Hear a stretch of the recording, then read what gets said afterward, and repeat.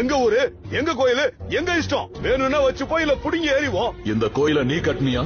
இல்ல. யாரோ கட்டினதா நீ எப்படா புடிக்குவ? அந்த கோயில் உருவாகிறதுக்கு பின்னாடி எவ்வளவு சாஸ்திரங்கள் இருக்கு தெரியுமா? அதுல இருந்து எவ்வளவு சக்திகள் வெளிவரும்னு தெரியுமா? கடவுள் சாட்சியா, அக்னி சாட்சியா, வரலாறு, பூமியுடைய புராணம், வேதமும் தர்மமும், ஆகம சாஸ்திரத்தையும் அலங்கார சாஸ்திரத்தையும் உபாசன சாஸ்திரத்தையும் காட்சி விதிகளையும் ஒண்ணு விடாம சோதிச்சு சக்தியை அடக்கி ஒரு இடத்துல உட்கார வச்சு கட்டுறதுதான் கோயில்.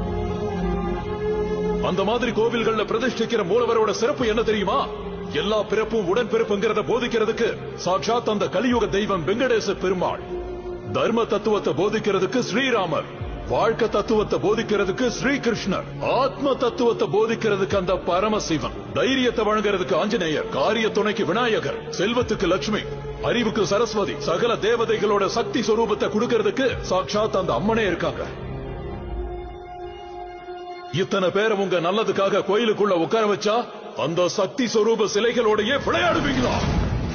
இல்லங்க, நீங்க சொல்றதெல்லாம் சரிதான். விஞ்ஞானம் இவ்வளவு தூரம் வளர்ந்தும் கண்ணுக்கு தெரியாத அந்த கடவுளை பத்தி எதுக்கு யோசிக்கணும்? உங்களுக்கு உயிர் போகிற நிலைமை வந்தா எங்க போவீங்க? ஆஸ்பத்திரி. அப்ப ஆஸ்பத்திரிக்கு முன்னாடி எதுக்கு கோயில வைக்கணும்?